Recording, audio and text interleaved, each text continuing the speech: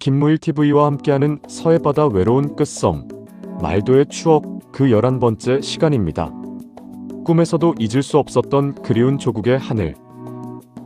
귀국 휴가 첫날, 그 상쾌한 새벽 공기를 아직도 잊을 수 없습니다. 천국이 있다면 바로 이런 곳일까요?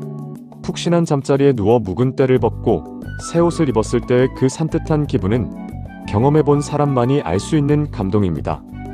사실 1년 반이라는 긴 시간 동안 우리가 머물던 곳은 흙구덩이였습니다.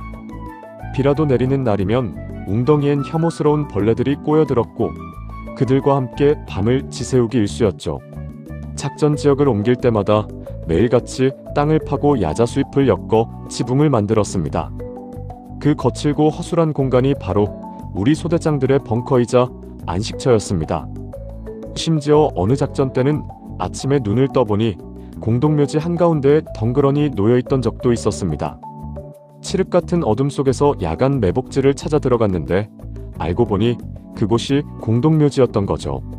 널판지 위에서 쪽잠을 자며 밤을 지새운 적이 대체 몇 번이었는지 모릅니다. 전투 식량인 C-레이션 캔 통조림으로 하루 세 끼를 해결하던 그때 어머니께서 정성껏 차려주신 아침상이 얼마나 그리웠는지 모릅니다. 전투 식량은 그저 생존을 위한 수단이었을 뿐이니까요. 매일 똑같은 음식을 먹다 보니 냄새만 맡아도 헛구역질을 하는 사병들도 있었고 식수가 끊겨 흙탕물에 소독약을 타 마시는 일도 허다했습니다. 목이 타는 갈증에 물을 급하게 마시다 보면 목구멍에 뭔가가 걸려 뱉어보면 올챙이나 도롱뇽알이 들어있던 적도 있었습니다. 그런 열악한 환경에서 우리는 버티고 또 버텼습니다. 그때 우리 일소대장 서정호 중위가 넉살 좋게 같은 고기니까 그냥 삼키라며 웃으며 놀리곤 했죠. 지금 생각해보면 그 시절의 고통도 어머니가 해주신 따뜻한 밥 한 끼의 소중함을 알기 위한 과정이었나 봅니다. 정말 오랜만에 군복을 벗고 사복으로 갈아입었습니다. 이발소에 들러 큰 거울 앞에 섰는데 그 속에 비친 제 모습이 영 낯설게만 느껴졌습니다. 통통했던 어린 얼굴은 온데간데 없고 어느새 낯선 아저씨의 모습이 그 자리를 채우고 있었습니다. 1년이라는 시간 동안 전쟁은 저를 참 많이도 변화시켜 놓았습니다. 벙커에는 거울 하나 제대로 없었습니다. 유재호 상병이 마을 수색작전 중에 구해온 손바닥만 한 거울을 돌려가며 면도를 하곤 했으니 이발소의 대형 거울이 얼마나 신기하고 커 보였겠습니까? 1969년 새해가 밝았습니다. 저는 귀국 신고와 함께 새로운 보직을 받기 위해 사령부를 찾았습니다. 베트남 청룡부대에서의 경력을 인정받아 경남 진해에 있는 교육기지 사령부 의장대장으로 명을 받았습니다.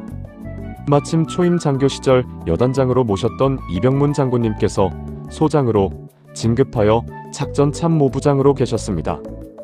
그분께 인사드리기 위해 찾아뵈었죠. 장군님께 무사히 임무를 마치고 돌아왔다고 보고드리니 개선을 환영한다. 이제 가정도 꾸려야지라며 따뜻하게 맞아주셨습니다. 장군님은 제가 김포와 성면 시암리에서 소대장으로 근무할 때 면회 오던 지금의 아내를 길에서 우연히 만나 태워다 주었던 일을 기억하고 계셨습니다. 결혼 일정을 잡았다고 말씀드리자 흔쾌히 축하해 주시며 축하금과 함께 별 2개가 새겨진 지포 라이터까지 선물로 주셨습니다. 귀국 한 달 만인 1월 11일 명동성당에서 김수환 주교님의 주례로 혼배성사를 올렸습니다. 성당에 들어서는 순간 베트남에서 만났던 신부님의 자애로운 모습이 문득 떠올랐습니다. 전쟁터에서 지은 죄가 너무 무겁습니다라고 고백했을 때 역사는 전쟁으로 얼룩져 있으니 하느님께서도 용서하실 것이라며 저를 위로해 주시던 그 말씀이 떠올라 가슴이 뭉클했습니다. 그날의 고해성사는 제 생애 가장 뜻깊고 잊지 못할 시간이었습니다.